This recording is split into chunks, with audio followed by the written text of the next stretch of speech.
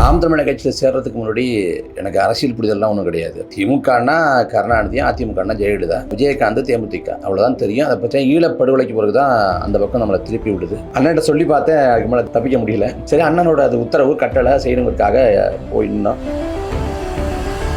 இங்கே ஊடகங்களில் பேசப்படுது இரட்டை இலக்கத்தில் பொருளாதார வளர்ச்சி அப்படின்னு பேசுகிறாங்க. இந்தியாவிலே தமிழ்நாடு முன்னோக்கி போய் கொண்டிருக்கு அப்படின்னு பேசுகிறாங்க. ஆனால் போய் அங்கே களத்தில் பார்க்குறப்ப இன்னும் 80களில் வாழ்கிற மாதிரி பல வீடுகள் இருக்குது. நம்ம வாக்கெட்டு போகிறப்ப திடீர்னு இப்படி தான் ஓட்டுக்கட்டு வருவீங்க, ஆனால் ஒன்றும் செய்ய மாட்டீங்க அப்படின்னு கோவப்படுறாங்க. அப்படின்னு நிறுத்தி இருங்கம்மா யார் எம்எல்ஏ அப்படின்னு கேட்டால் அதோட அமைதியாடுறாங்க.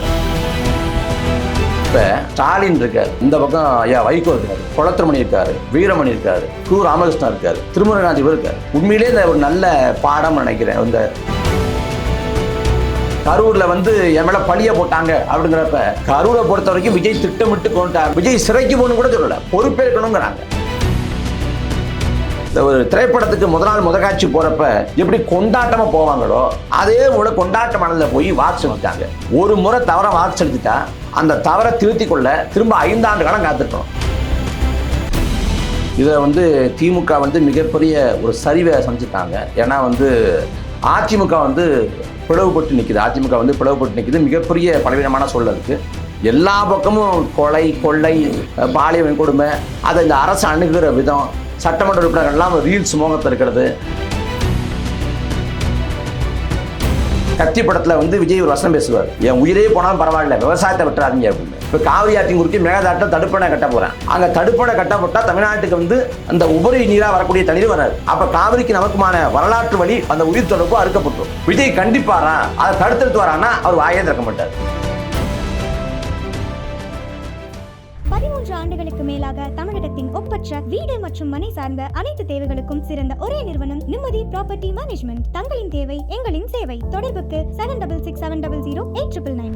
அருந்தமிழ் நேயர்களுக்கு வணக்கம்.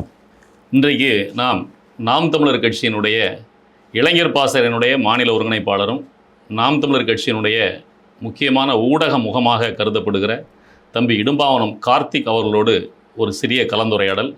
வாருங்கள் செல்வோம். வணக்கம் கார்த்திக். வணக்கண்ணே. நல்லா இருக்கீங்களா? நல்லா இருக்கண்ணே. தேர்தலுக்கு அப்புறம் சந்திக்கிறோம். எனக்கு ஒரு முக்கியமான ஒரு கேள்வி என்னென்னா, அண்ணன் சீமான், நாம் தமிழர், இதை பற்றி அறிவதற்கு முன்னால் நீங்கள் உங்களுடைய அரசியல் புரிதல் எந்த இடத்துல இருந்தது?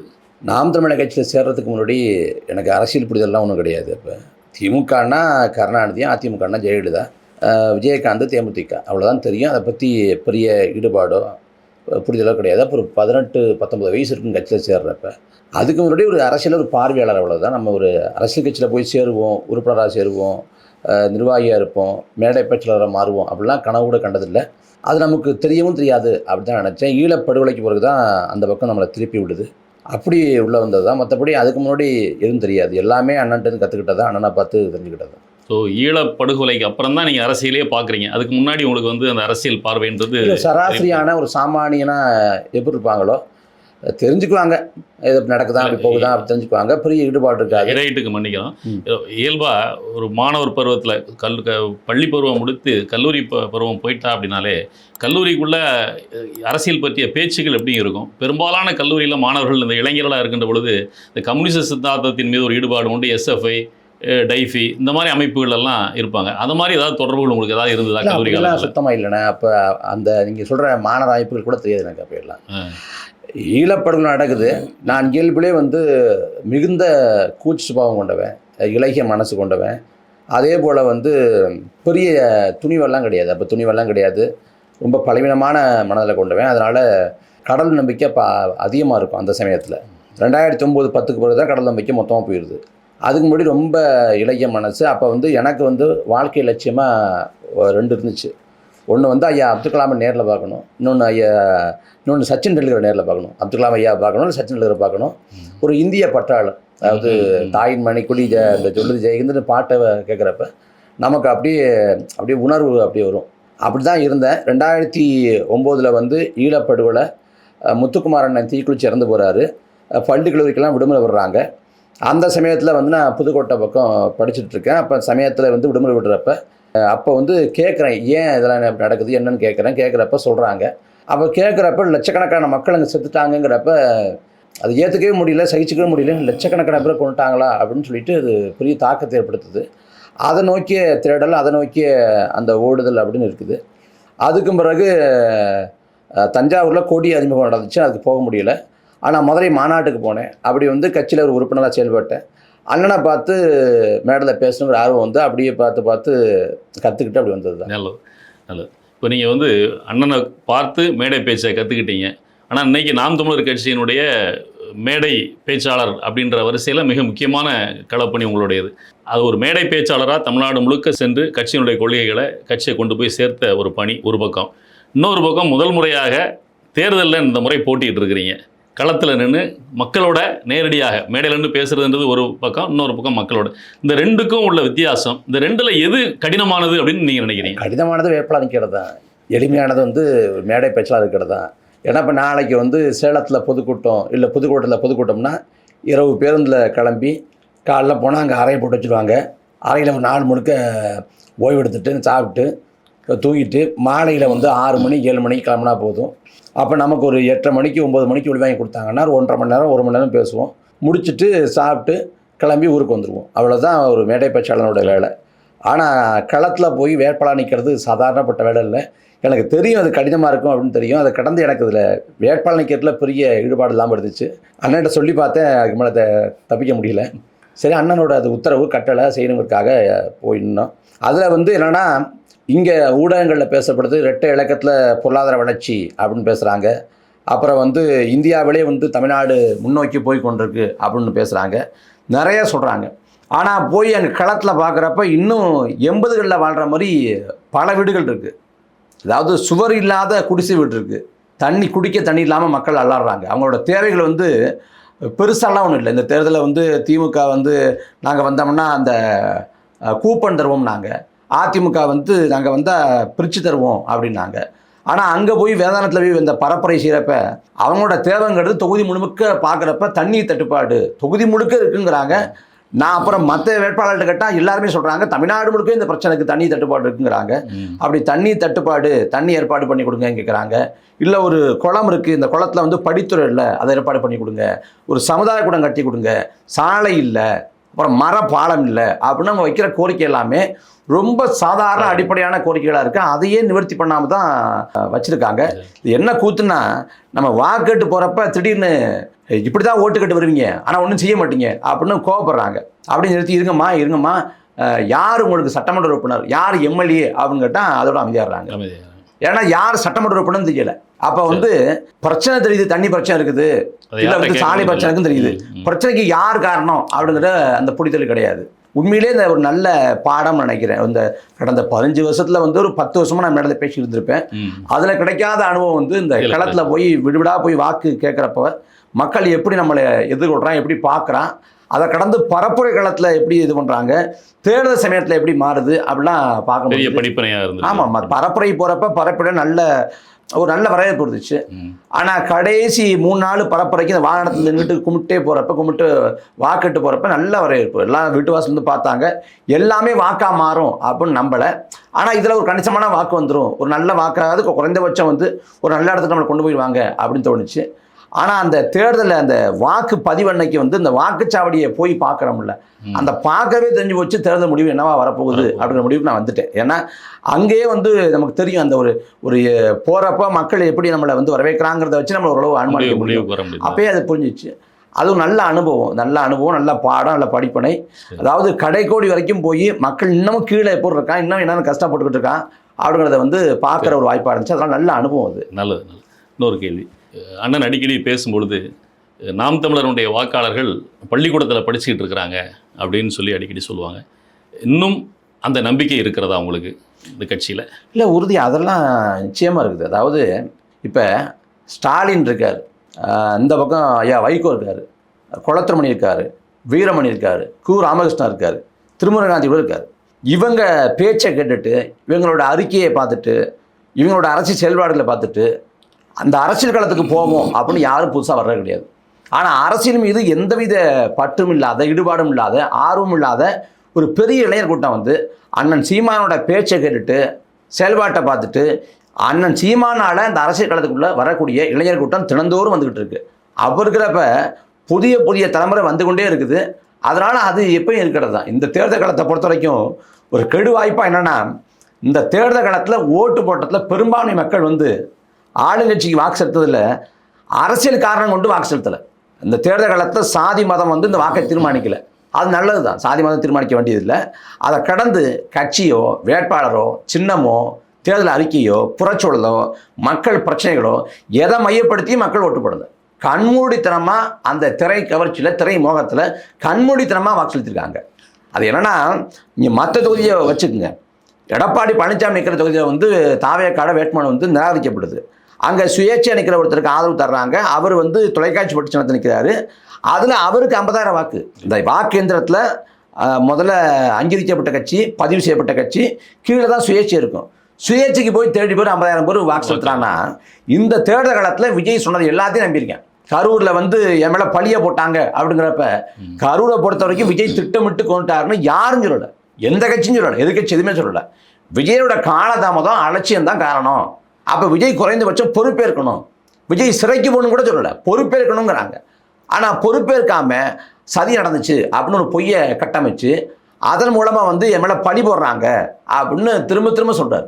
நான் வழியை தாங்கிக்கிட்டு வர்றேன் அப்படின்னு தொடர்ச்சியாக எல்லா குற்றங்களையும் பேசுகிறார். அந்த பழியை போடுறாங்க அப்படின்னு சொல்கிறதையும் மக்கள் நம்புகிறாங்க. அதே போல் வந்து நான் வழியோடு வர்றேன் அப்படின்னு சொல்கிறதையும் நம்புகிறாங்க.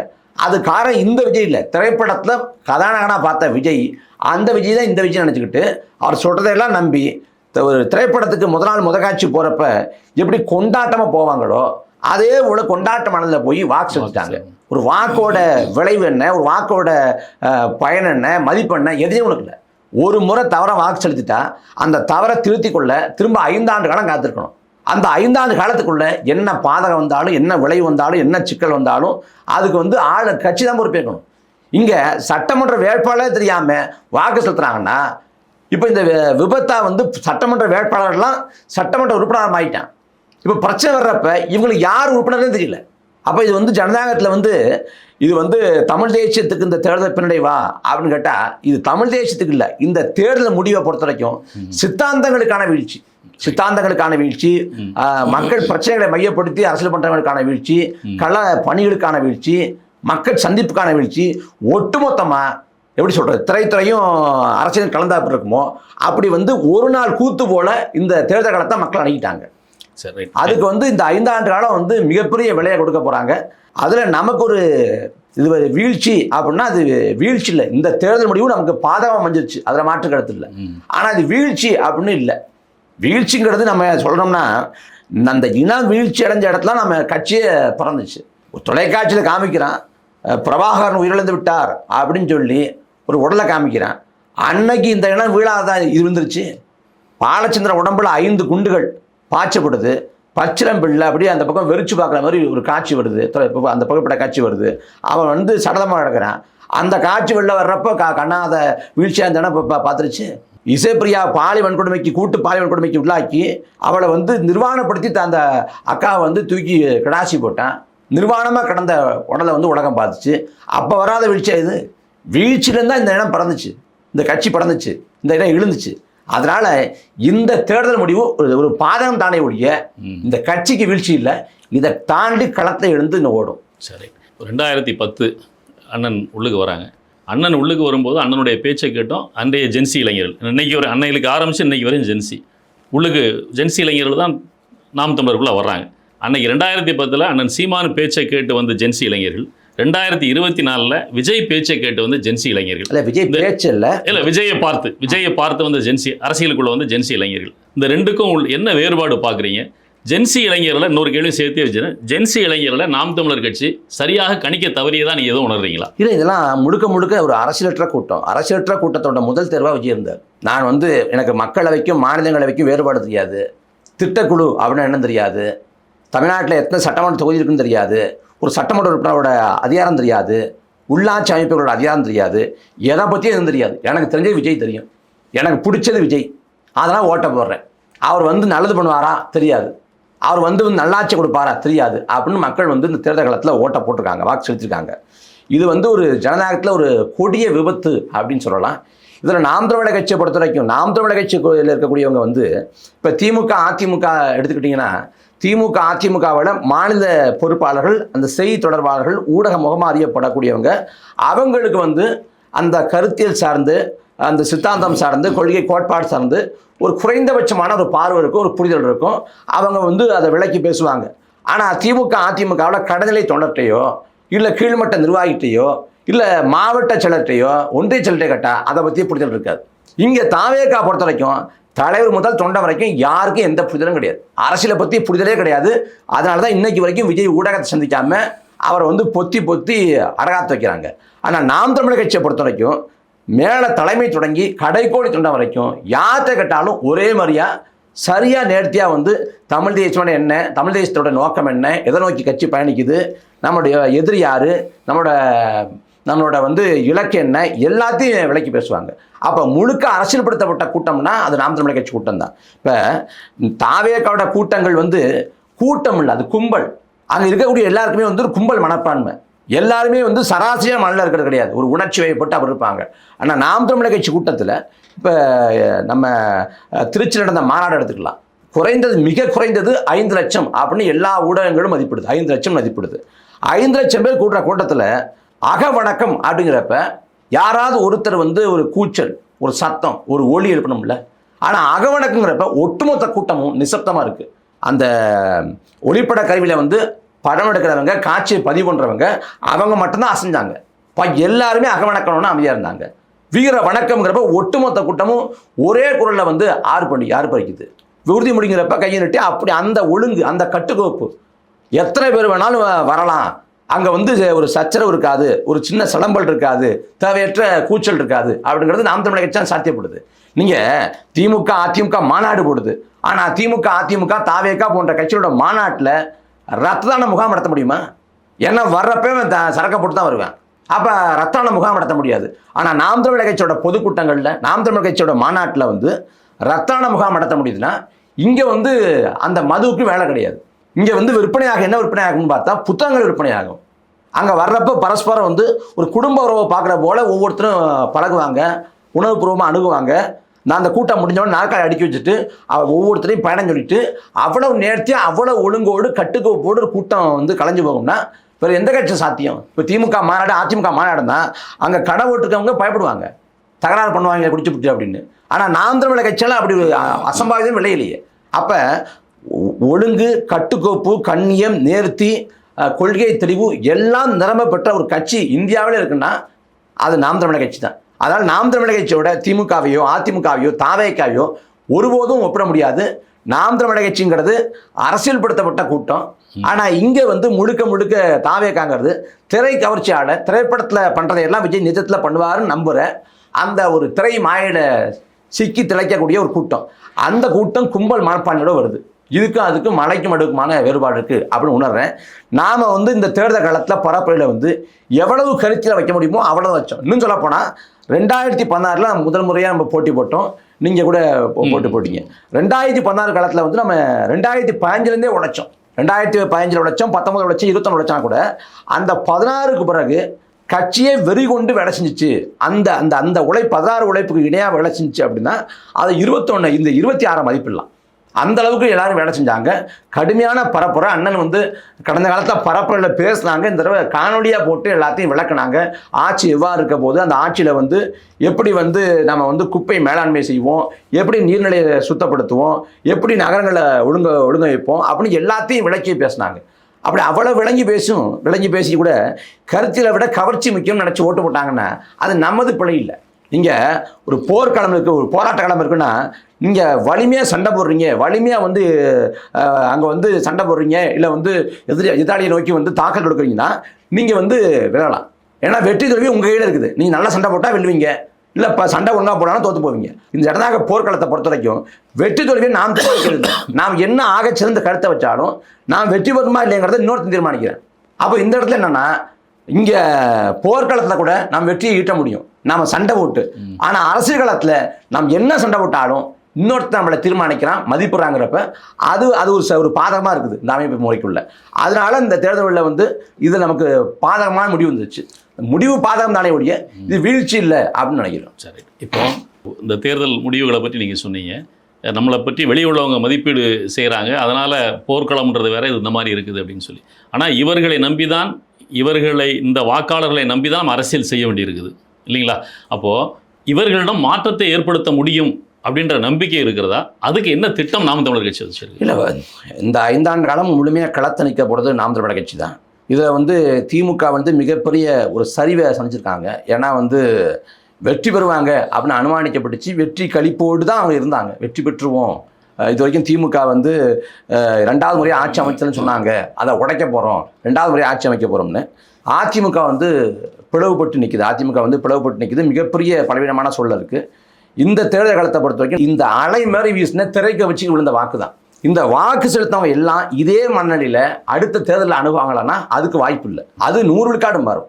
ஏன் இன்னைக்கே தாவாக்காக வாக்கு செலுத்தவங்க நம்ம அவசரப்பட்டு வாக்கு செலுத்திட்டோமோ அப்படின்னு நினைக்கக்கூடியவங்க இருக்கிறாங்க. விஜய் வெற்றி பெற மாட்டாரு, ஏன் வாக்கு அவரை பிடிக்கும் தானே போடுறேன் அப்படின்னு போட்டவங்களும் இருக்கிறாங்க. அப்போ இப்போ தாவேக்காவோட அந்த கட்சி ஆட்சியை தொடங்கி 20 நாள் ஆகுது. 20 நாளில் சட்ட ஒழுங்கு அவ்வளவு மோசமாக இருக்குது. எல்லா பக்கமும் கொலை, கொள்ளை, பாலியல் வன்கொடுமை, அதை இந்த அரசு அணுகுகிற விதம், சட்டமன்ற உறுப்பினர்கள்லாம் ரீல்ஸ் மோகத்தில் இருக்கிறது, அமைச்சர்கள்லாம் பொறுப்பட்டு பதில் சொல்கிறது அப்படின்னு ஒட்டுமொத்த இந்த அரசு எந்திரமே கேலி குத்தா பார்க்கப்படுது. தமிழ்நாடு சட்டமன்ற உறுப்பினரோட செயல்பாடு இருக்குன்னா முதலமைச்சரை பொறுத்த வரைக்கும் ஒரு வாயை திறக்க மாட்டேங்கிறாரு, ஒரு ஊடக சந்திப்பு நிகழ்த்த மாட்டேங்கிறாரு. எதுக்கும் அந்த மேடையில் பேசினப்ப விட்ட வாய்ச்சவடலுக்கும் இன்னைக்கு பண்ணுற நிர்வாகத்திறனுக்கும் அவ்வளோ பெரிய வேறுபாடு இருக்குது. அப்போ இந்த தேர்தல் முடிவுங்கிறது இது நிரந்தரம் இல்லை, இப்படியே வாக்கு செலுத்துவாங்கன்னு இல்லை. 1972 எம்ஜிஆர் கட்சி ஆரம்பித்தார், 77 ஆட்சி பிடிச்சார். அதாவது கட்சி தொடங்கி 5 ஆண்டில் எம்ஜிஆர் ஆட்சி பிடிச்சார். ஆனால் அவர் முதலமைச்சர் இருக்கப்ப 80 ஒரு பார்லமெண்ட் தேர்தல் வருது. அந்த பார்லமெண்ட் தேர்தலில் 40 இடங்களில் 38 இடம் எம்ஜிஆர் தலைமையான அதிமுக தோற்று போச்சு. கோபிச்செட்டிப்பாளையம், சிவகாசி 2 தொகுதி தான் ஜெயிச்சாங்க. பாக்கி எல்லா இடத்துலையும் படுதோல்வி. அதுக்கும் பிறகு அந்த பக்கம் எம்ஜிஆர் ஆட்சி 3 ஆண்டில் கலைக்கப்படுது. ஒருவேளை எம்ஜிஆர் ஆட்சியை கலைக்காமல் 5 ஆண்டுகளாக ஆள விட்டுருந்தாங்கன்னா எம்ஜிஆர் சட்டமன்ற தேர்தல் காலத்தையும் தோற்றுருப்பார். அப்போ எம்ஜிஆர் எப்படி சட்டமன்ற தேர்தல் காலத்தை 77 வெற்றி பெற்று பார்லிமெண்ட்டில் தோத்தாரோ, நிர்வாகம் மோசமாக இருக்குது, நல்லா இல்லைன்னு மக்கள் வாக்கை மாற்றி போட்டானோ, அதே போல் விஜயை பொறுத்த வரைக்கும் 29 தான் பார்லிமெண்ட் தேர்தல். அந்த 29 வரைக்கும் இந்த 3 ஆண்டு காலத்தில் தமிழ்நாடு காணாத அளவுக்கு ஒரு மோசமான கொடுங்கோல் ஆட்சியாக இருக்கும். இன்னும் சொல்ல போனால் இந்த தேர்தல் காலத்தில் வெற்றி பெற போகிறோம்னு யாருக்கும் தெரியாது. அவங்க ஒரு விபத்தில் வெற்றி பெற்றாங்க, இப்போ நிர்வாகம் தெரியாமல் திணறாங்க. அப்போ இந்த 3 ஆண்டு காலம் 29 வரையிலான காலகட்டமே மிக மோசமான கொடிய காலகட்டமாக இருக்கும். இந்த 20 நாட்களே அவ்வளவு இருக்கு. இங்கே என்னன்னா 20 நாள்லேயே இது கொடிய ஆட்சி, தமிழ்நாட்டோட ஆட்சிங்கிறது மிக மோசமாக இருக்குது அப்படின்னு தெரிய வருது. இப்போ இந்த 20 நாளாக வச்சு இந்த ஆட்சியை முழுமையாக மதிப்பிட முடியுமானா மதிப்பிட முடியும்னு சொல்ல வரல. ஆனால் 20 நாளாக வச்சு இந்த ஆட்சியோட திசைவழி போக்க தெரிஞ்சுக்கலாம். ஏன்னா கட்சி ஆட்சிக்கு வந்த உடனே அதிமுகவிலிருந்து குதிரை பெற மூலமாக சட்டமன்ற உறுப்பினர்களை வாங்குறாங்க. கை நம்ம வாக்கு செலுத்த அந்த மை நம்ம அழிஞ்சு போகல. அதே சமயத்தில் இங்கே அதிமுகவை சேர்ந்த சட்டமன்ற உறுப்பினர் பதவியை ராஜினாமா பண்ணுறாங்கன்னா வாக்கு செலுத்தி தேர்ந்தெடுத்த மக்களுக்கு செய்யக்கூடிய ஜனநாயக துரோகம் இல்லையா? அப்போ அவங்களை மனிதப்படுத்தக்கூடிய வேலை இல்லையா? அப்போ இந்த ஆட்சி முறைங்கிறது எப்படி பார்த்தாலும், எப்படி கணக்கிட்டு பார்த்தாலும் மிக மோசமான ஆட்சி முறையாக இருக்கும். அப்போ இதில் ஒரே ஒரு மூலதனம் இருக்குது. இந்த தேர்தலில் திமுக வேண்டாம், அதிமுக வேண்டான்னு மக்கள் முடிவெடுத்திருக்காங்க. அதே போல் காசு கொடுத்தாலும் எனக்கு பிடிச்சவனுக்கு தான் ஓட்டு போடுவேன் அப்படின்னு முடிவெடுத்திருக்கான். இப்போ இது ரெண்டுமே நாம் தமிழர் கட்சிக்கான மூலதனம் அப்படின்னு நினைக்கிறோம். அப்போ இந்த ஆட்சி ஒரு மோசமான ஆட்சி மாறுற வேலையில் உறுதியாக உண்மையான மாற்றத்தை தேடுவான். நாம் தமிழர் கட்சி 15 ஆண்டு காலத்தை 14 ஆண்டு காலத்தை தாண்டியும் களத்தில் சமரசம்லாம் நிற்குது.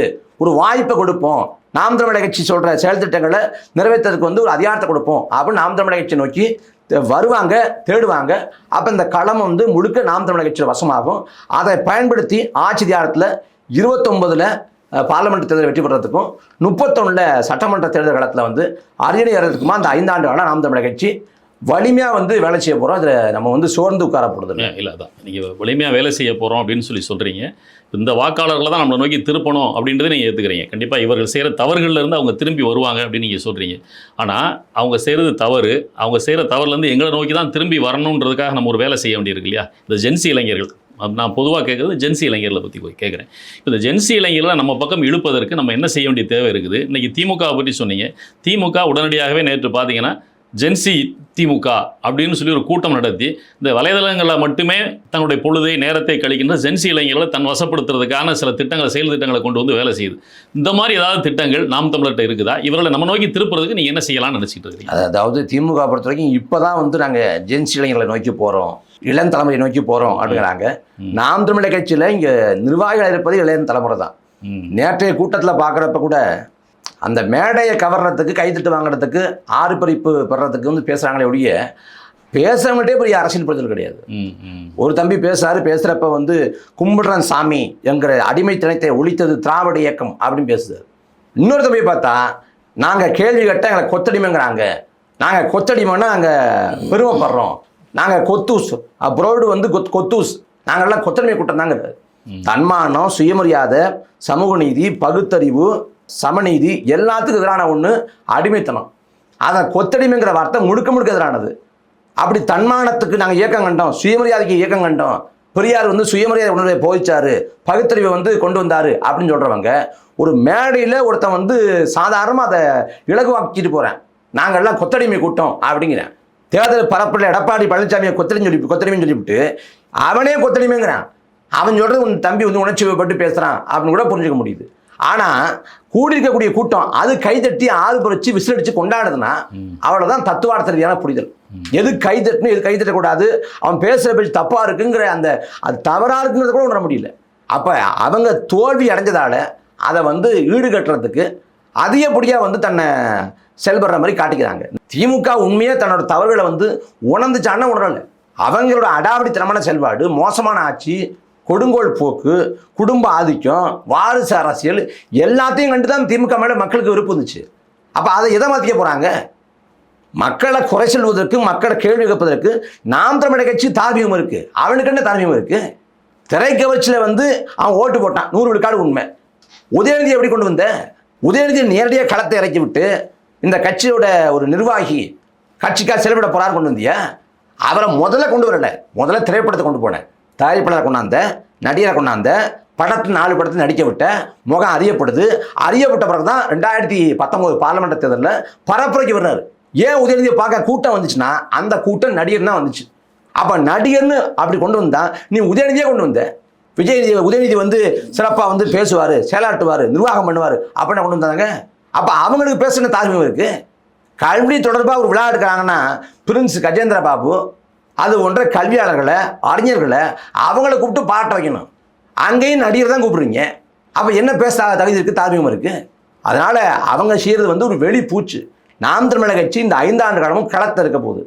ஒரு என்ன சொல்கிறது, சட்டமன்றத்தில் நம்ம இல்லை, ஆனால் போராட்ட காலத்தில் மக்கள் மன்றத்தில் ஒரு பொறுப்புள்ள எதிர்கட்சியாக நாம் தமிழர் கட்சி செயல்படும்.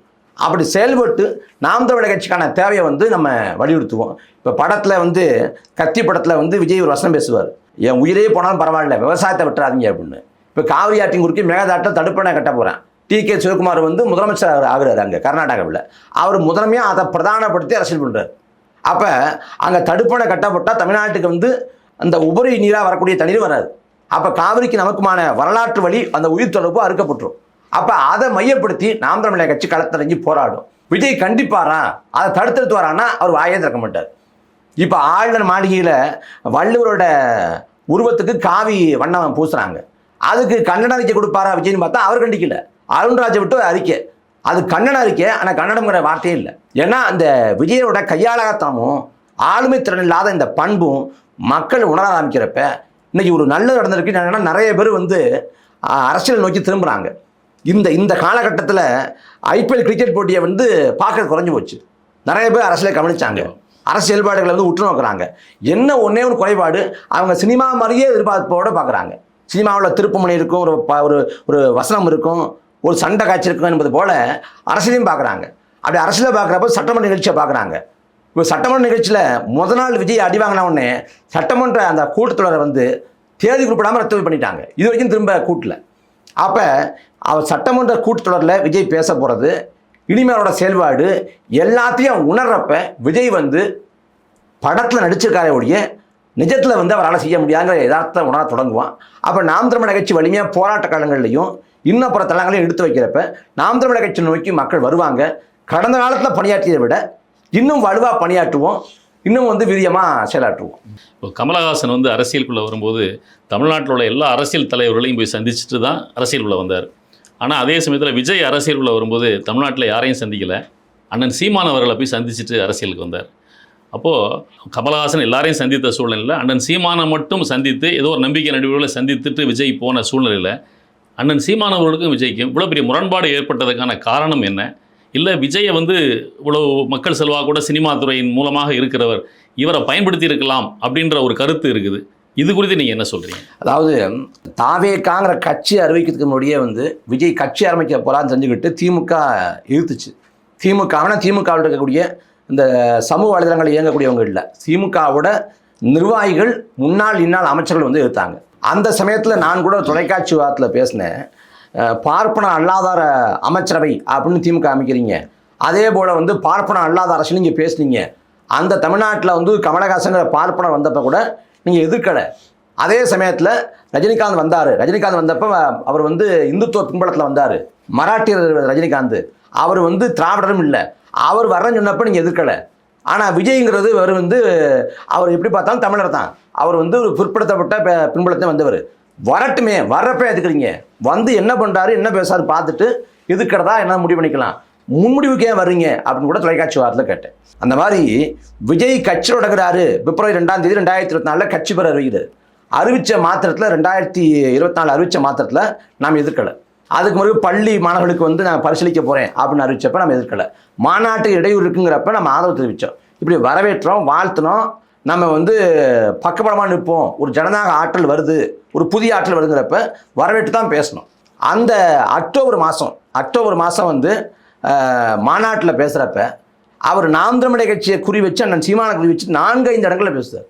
முதல்ல என்ன சொல்கிறாரு, திராவிடமும் தமிழ் தேசியம் 2 கண்கள். இப்போ திரைப்படத்தை பொறுத்த வரைக்கும் திரைத்துறையை பொறுத்த வரைக்கும் உங்களுக்கு ரஜினிகாந்த் பிடிக்குமா, கமலஹாசன் பிடிக்குமா, இளையராஜா பிடிக்குமா, ஏஆர் பிடிக்குமா, பாலுமகேந்திரா பிடிக்குமா, பாலச்சந்திரன் பிடிக்குமான்னு கேட்டால் 2 பேரும் 2 கண்கள்மாங்க. அதே போல் எந்த புரிதலும் இல்லாமல் திராவிடம் தமிழ் தேசியம் 1 கண்கள்ங்கிறாப்புல. அப்புறம் வந்து நாங்கள் மாற்று அரசியல் எக்ஸ்ட்ரா லக்கேஜாக இருக்க மாட்டேங்கிறாரு, கத்தி பேச மாட்டேங்கிறாரு, சாதி மதம் இனம் மொழி அப்படிங்கிறாரு. சாதி மதத்துக்கு பக்கத்தில் இன மொழியை வைக்கிறாரு. அப்போ அந்த இடத்துல நம்ம வந்து இது வந்து குழப்பவாத அரசுங்கிற நிலைக்கு வந்துடுறோம். அன்னைக்கு வந்து அண்ணன் சீமானவர்கள் வந்து முதலில் வந்து ஏதோ வெள்ளத்தை பார்வையிட பண்ணியிருக்கிறாங்க. அந்த சமயத்தில் வந்து அண்ணன் வந்து விஜயோட பேச்சு கேட்கல. ஒரு ஒளிவாங்கி நீட்டி ஒரு செய்தியாளர் கேட்குறாரு, இந்த மாதிரி திராவிடம் தமிழ் தேசியம் கண்கள்னு உங்கள் தம்பி விஜய் சொல்கிறாருங்கிறப்ப அது எங்கள் அப்பா மணியரசன் போல கருவாட்டு சாம்பார்னு முதற்கட்ட கருத்தை பதிவு பண்ணிட்டு போயிடுறாரு.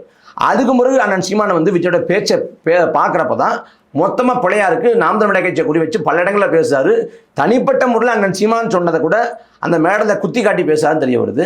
அந்த கருத்தியல் முரணுக்கு தான் அதுக்கு பிறகு நடந்த நவம்பர் 1 தமிழ்நாடு நாள் கூட்டத்தில் நடந்த கூட்டத்தில் வந்து அண்ணன் சீமானை வந்து பதில் கொடுத்தாங்க. இன்னும் சொல்ல போனால் உங்களுக்கு நல்லா தெரியும், அண்ணா நகரில் வந்து கட்சியோட உயர்மட்ட குழு கூட்டம் நடந்துச்சு. ஊடகங்கள் வந்து அனுமதிக்கப்படலை. அந்த கூட்டத்தில் அண்ணன் சீமான் பேசுகிறப்ப என்ன சொன்னாங்கன்னா, விஜயை விமர்சிக்கக்கூடாது, அவன் நம்ம உடம்பிறந்தவன் சகோதரன், அவனை விமர்சித்தா நீ கட்சி விட்டு போயிடு, இந்த கட்சியை இருந்துக்கிட்டு விஜயை விமர்சிக்கக்கூடாதுன்னு சொன்னாங்க. ஆனால் அண்ணன் சீமானை சொன்ன சமயத்தில் அவர் வந்து தனிச்சு போட்டியும் அறிவிச்சிட்டார்.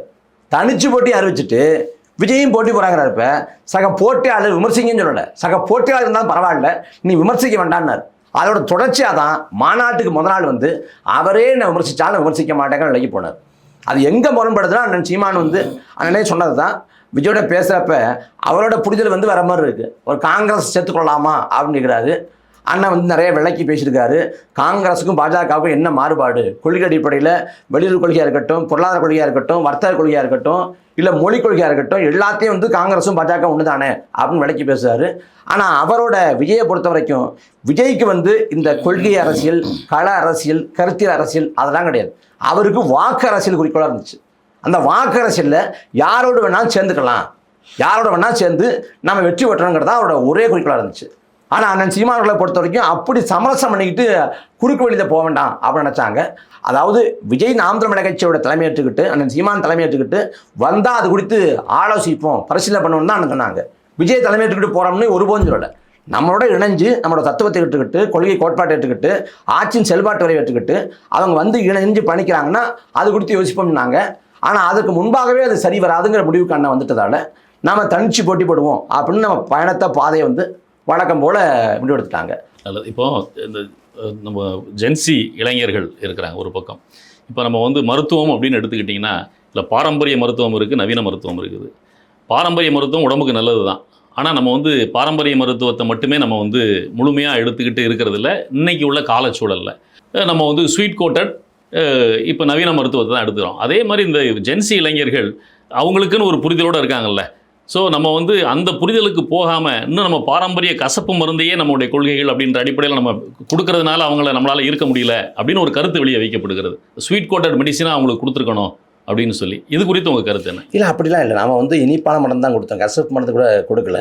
அவங்களுக்கு மருந்தே தேவையில்லை, விஷம் தான் தேவைன்னு விஷத்தை குடிச்சிருக்காங்க. அதுக்கு என்ன பண்ண முடியும்? அவங்க வந்து கருத்தியலை கேட்டுட்டு அண்ணன் சீமான் வந்து என்னென்ன பேசுகிறாங்க, குறைந்தபட்சம் அது கூட வேண்டாமே. இப்போ தாவேகா சார்பில் அவங்க தேர்தல் அறிக்கை அப்படின்னு வெளியிட்டாங்க, இணையத்தில் இருக்குது. அந்த தேர்தல் அறிக்கையை படித்து பார்த்துட்டு இதெல்லாம் சாத்தியமா, செயல்படுத்த முடியுமா, அதற்கான பொருளாதார கையிருப்பு இருக்கா, அதை பார்த்துட்டு நாம் தமிழர் கட்சி கொடுத்தது என்ன, இது சாத்தியமா, இது தேவையா, இது அத்தியாவசியம், அந்த எரிவாயு உருளை கொடுக்க முடியுமா, அதே போல் எல்லாருக்கும் பிறக்கிற குழந்தைகளுக்கெல்லாம் மோதிரம் போட முடியுமா, அப்புறம் வந்து அண்ணன் சீர் வழங்க முடியுமா, இதெல்லாம் கவர்ச்சிகரமான திட்டமாக இருக்குது. அதாவது மதுவான கடையே ஒட்டுமொத்தமாக மூடுறது அவசியமா, இல்லை பள்ளி கல்லூரிக்கு பக்கத்தில் இருக்கிறத மூடுறது அவசியமா அப்படிங்கிறது அதை வந்து சீர்தூக்கி பார்த்துட்டு நாம் தமிழர் கட்சி என்னென்ன வைக்கிதுங்கிறத சீர்தூக்கி பார்த்துட்டு ஒப்பிட்டு அதன் அடிப்படையில் முடிவுக்கு வந்தால் கூட பிரச்சனை கிடையாது. ஆனால் அப்படியே முடிவுக்கு வரலையே. அவங்க தாவேகாவோட தேர்தலுக்கும் பறிச்சுக்க வாய்ப்பே கிடையாது. அவங்களுக்கு விஜய் அந்த கட்சியோட முகம், விஜய் பிடிச்சமான நடிகர் அப்படின்னு கண்மூடித்தனமாக வாக்கு செலுத்திருக்காங்க. அப்போ இந்த தேர்தல் களத்தை பொறுத்த வரைக்கும் நாம் தமிழர் கட்சி தன்னோட வலிமையை கடந்து களத்தில் பரப்புரை செஞ்சு வேலை செஞ்சு எல்லாரும் அவ்வளவு அர்ப்பணிப்போடு வேலை செஞ்சாங்க, அவ்வளவு உழைச்சாங்க. இன்னும் சொல்லப்போனால் பல இடங்களில் வந்து இந்த பக்கம் விஜய்க்கு வாக்கு செலுத்தின மக்கள் ஒரு பக்கம்னா, பொதுவான மக்கள் வந்து அவங்க வந்து கை காசை கொடுத்துட்டு போனாங்க. 100 ரூபா காசு, 50 ரூபா காசு, 100 ரூபா காசு, 50 ரூபா காசை கொண்டாந்து தர்றாங்கன்னா, இன்றைக்கி கல்யாணத்துக்கு போனோம்னா குறைந்தபட்சம் 500 ரூபாயாவது மொய் வைக்கிற மாதிரி இருக்குது. ஆனால் 100 ரூபா 50 ரூபா காசு அவங்க தர்றாங்கன்னா காசு இல்லை அவங்கக்கிட்ட, ஆனால் நம்மளோட பங்களிப்பு இருக்கணும் அப்படின்னு விரும்புகிறாங்க.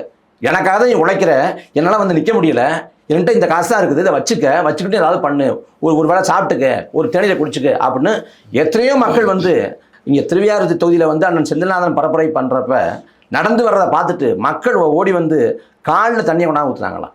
அப்போ நாம் வந்து நம்ம பரப்புரை போகிறப்ப வெள்ளரிக்காய் பழம் சாப்பிடுங்க, இல்லை வந்து இந்தாங்க பழச்சாறு குடிங்க அப்படின்னு வாங்கிட்டு கொடுக்குறாங்கன்னா, நாம் வெயிலில் காஞ்சா வெந்து போனால் அவங்களுக்கு என்ன?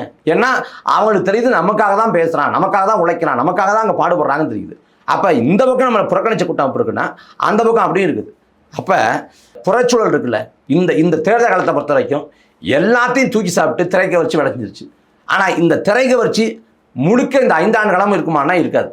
இப்போ விஜய் ஆச்சரியத்தில் உட்கார்ந்து ஒவ்வொன்றும் செய்கிறப்ப மக்களுக்கு வந்து யதார்த்தம் புரியும். அப்போ திரைக்கவர்ச்சி வந்து அது வந்து உடஞ்சி போகும், விஜய் மீதான அந்த மயக்கமும் அந்த பிம்பமும் உடஞ்சி போகும். அப்போ உண்மையான மாற்றையும் உண்மையான நல்ல நிர்வாகத்தையும் தேடுவாங்க. அப்போ நாம் தமிழர் கட்சியை நோக்கி வருவாங்க. அதுக்கு களத்தை விட்டு வெளியேறாமல் தொடர்ச்சியாக களத்தில் இன்னும் பணி செய்து கொண்டு, இன்னும் உழைத்து கொண்டு, இன்னும் விதியமாக இயங்கி கொண்டு, இன்னும் கருத்தை கொண்டு போய் சேர்த்து கொண்டு இருக்கணும். அப்போ நமக்கு வாக்கு செலுத்தாதவனாக இருந்தால் கூட அவனுக்கும் சேர்த்து நம்ம உழைக்கிறோம். அப்போ அவனையும் வெல்லணும். அப்போ அவனையும் வெல்றதுக்கு அவனுக்கு இந்த புறச்சூழல் வந்து புரிய தொடங்கும். அப்போ நாம் தமிழர் கட்சி வைக்கக்கூடிய புரட்சிகரமான திட்டங்களையும் பார்ப்போம். அதனால் இந்த தேர்தல் களம், வரக்கூடிய தேர்தல் களங்களில் இந்த புறச்சூழலும் நாம் தமிழர் கட்சியோட தொடர்ச்சியான செயல்பாடும் இருப்போம். நம்ம பக்கம் நோக்கி அவங்கள வந்து நம்ம பக்கம் திருப்போம் அப்படின்னு நம்புகிறோம். அது வரைக்கும் தொடர்ச்சியாக களத்தில் உழைக்கிறோம். அதுதான். அதனால் கசப்பு மருந்து அப்படிலாம் ஒன்றும் இல்லை, மருந்து இனிப்பு தான். அவன் வாங்கி வேலை வச்சு பார்த்தா தெரியும் கசப்பா இனிப்பான்னு. அவன் வந்து அதை பருகவே தர இல்லையே, அதான பிரச்சனை. சரி.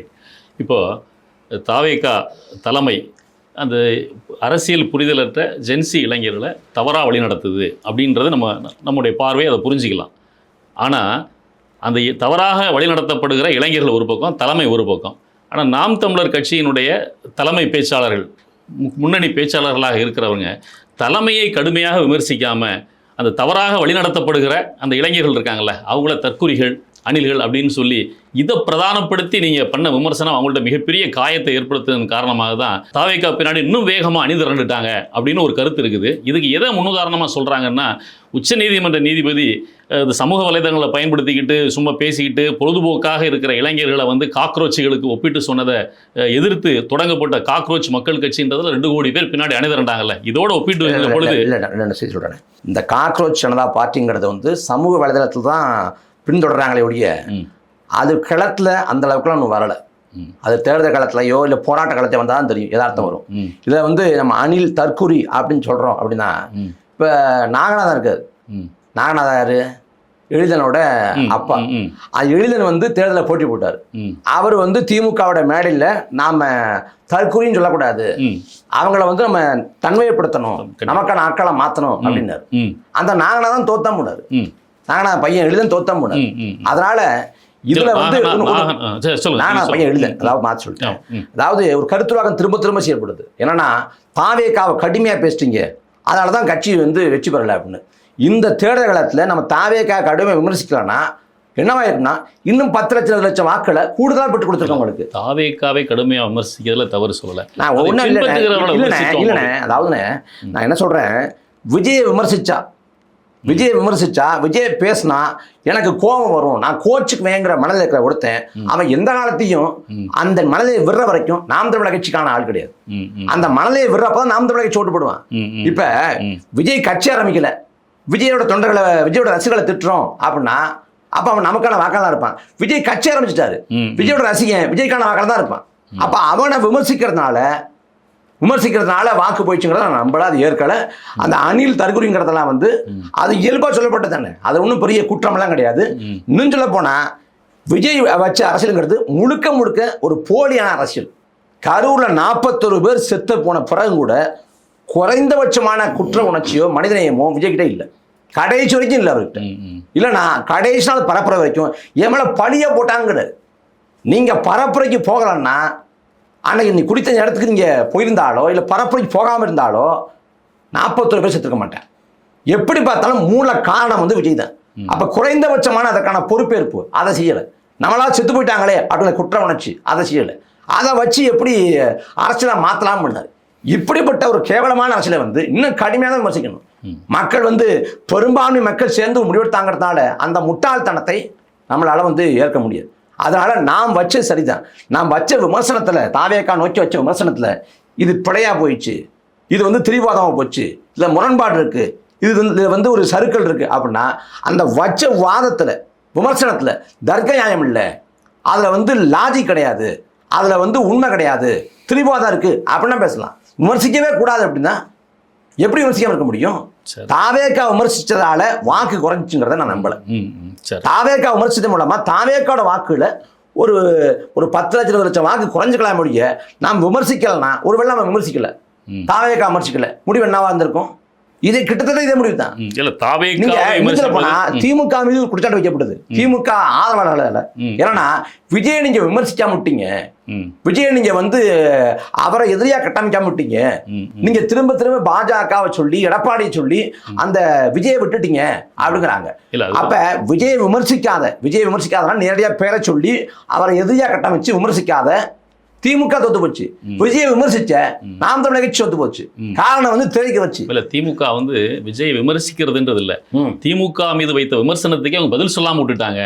அப்போ திமுக வந்து அதான் ரெண்டு தான் விஜயை வந்து அவங்க பொருட்டா அந்த தேர்தலத்துல கையாளல அப்படின்னு. அப்ப விஜயை தொடாம கடந்து போன திமுக தோத்து போச்சு. இப்ப நாம் தமிழர் கட்சிக்கு வந்து விஜய் விமர்சிச்சதால கோவப்பட்டுக்கிட்டு அணில் தற்குறின்னு சொன்னதால நாம் தமிழர் கட்சி ஓட்டு போடலன்னா விஜயை தொடாம கடந்து போனாங்கல்ல, அவங்களுக்கு போட்டுக்கணும்ல. எழிலன் ஏன் தோத்து போனாரு? எழிலன் அவர் பேசின பிறகு அஞ்சலி அம்மாவோட வழி வந்த ஒருத்தர் வந்து நமக்கு ஆதரவா பேசியிருக்காரு அப்படின்னு விஜயை மேற்கொள் கட்டி பேசினாரு. அப்ப அவர் ஏன் தோத்து போனாரு? தோத்து போனதால பல பேர் பல வித கருத்துல சொல்றாங்க, அது அவங்களோட ஜனநாயக உரிமை.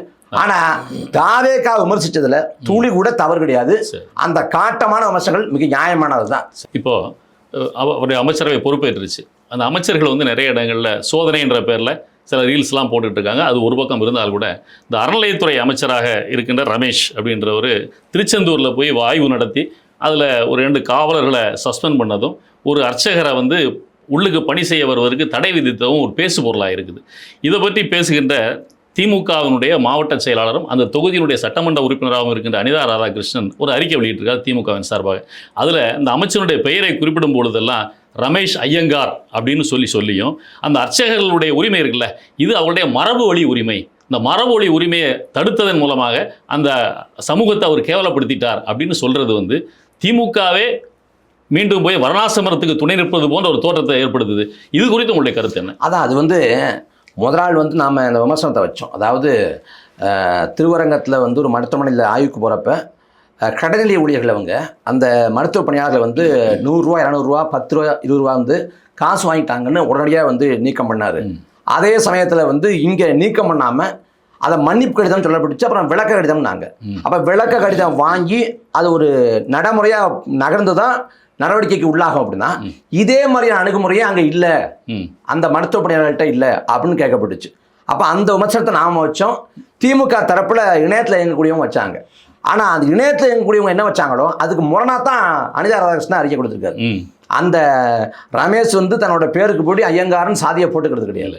அப்போ அதை வந்து சாதியை படி போட்டு அந்த அறிக்கை விட்டதெல்லாம் ரொம்ப அபத்தமானது, ரொம்ப தவறானது. ஏன் வந்து அனிதா ராதாகிருஷ்ணன் பேசினாரு அப்படின்னு கேட்டால், அந்த அர்ச்சகர்கள் இருக்கிறாங்கல்ல, அவங்களோட வாக்கு வந்து கணிசமாக இருக்குது திருச்செந்தூரில், அவங்க வாக்களை கவர்றதுக்கு உள்ளூர் அரசியலுக்காக பேசியிருக்காரு அப்படிங்கிறாங்க. அது திமுகவோட தலைமை சொல்கிற கருத்துக்கு முற்றிலும் பொருந்தாத கருத்து தான் அனிதா ராதாகிருஷ்ணன் சொல்லியிருக்காரு. இந்த சேம் செடு கோல் பொருந்தும்பாங்கல்ல, அதுதான் அனிதா ராதாகிருஷ்ணன் பண்ணியிருக்காரு. அந்த பேச்சுங்கிறது ஏற்புடையது இல்லை, அது முழுக்க ஏற்புடையது இல்லை. இந்த நடவடிக்கையில் பாரபட்சம் இருக்குது அப்படிங்கிறப்ப நம்ம சுட்டி காட்டுறோம், அதை கண்டிக்கிறோம், எதுக்குறோம். ஆனால் அனிதா ராதாகிருஷ்ணன் அறிக்கைங்கிறது அபத்தமானது, அது ஏற்புடையது இல்லை. இல்லை, மரபொழி உரிமைன்னு சொல்றாருல்ல, அதுவே தப்பு தானே. மரபொழி உரிமைன்னா அனைத்து சார்ந்தாலும் அச்சகடாகிறத வந்து எதுக்கு இருந்தாலும் பொருளாகுது. அதுதான் கேட்குறேன். திமுக இது வரைக்கும் அவர் ஒரு மாவட்ட செயலாளராக அமைச்சராக ஒரு அறிக்கை வெளியிட்டு இருக்கிறாருன்னா அது குறித்து கண்டிக்கவோ இல்லை அந்த அறிக்கையை வித்ரா பண்ணவோ அது குறித்து எந்த கருத்தும் திமுக சொல்லாமல் சொல்ல மாட்டாங்க. ஏன்னா சொன்னா மறுபடியும் இன்னும் ஏதாவது விளைவை ஏற்படுத்திடுமோன்னு பயப்படுவாங்க. இப்ப திராவிட மாடலை முன்னோடி ராமர் அப்படின்னு சொல்லிட்டாப்புல ஒரு மேடையில வந்து ரகுபதி சொன்ன பிறகு அந்த கருத்தை பின்வாங்கினாரா, அந்த கருத்துலேருந்து மாறினாரானா அவர் மாறலை. சரி, திமுக தலைமையாவது கண்டித்து அறிவுறுத்தி ஒரு மாற்று விளக்கத்தை கொடுத்தாங்களா அப்படின்னா கொடுக்கல. ஏன்னா அது ஏதாவது பண்ணோம்னா இன்னும் பெரிய விளைவை ஏற்படுத்திடுமோன்னு நினைப்பாங்க. அதனால அப்படியே விட்டுருங்க, பேச வேண்டாம், கடந்து போகணும்னு நினைப்பாங்க. மற்றபடி அனிதா ராதாகிருஷ்ணன் கொடுத்த அறிக்கைங்கிறது திமுகவிலே சொல்கிறாங்க, இவர் வந்து அதிமுக ஆள்ல அப்படிதான் இருப்பார் அப்படிங்கிறாங்க. திமுக காரராக இருந்தாலும் அவர் ஒன்றும் கொள்கை கோட்பாட்டோடு தெளிவோடு இருக்கப்படுறதுனா கூட சொல்கிறாங்க. அதனால் அதில் திமுகவை சேர்ந்தவங்களே பல பேர் இதை விமர்சிக்கிறாங்க. அந்த கருத்து வந்து ஏற்புடையதில்லை. நன்றி கார்த்திக். உங்களுடைய கடுமையான கட்சி அரசியல் பணிகளுக்கு இடையிலையும் எங்களுடைய அழைப்பை ஏற்று வந்து உங்களுடைய நேரத்தை எங்களுக்கு கொடுத்ததுக்காக நன்றி, வணக்கம்.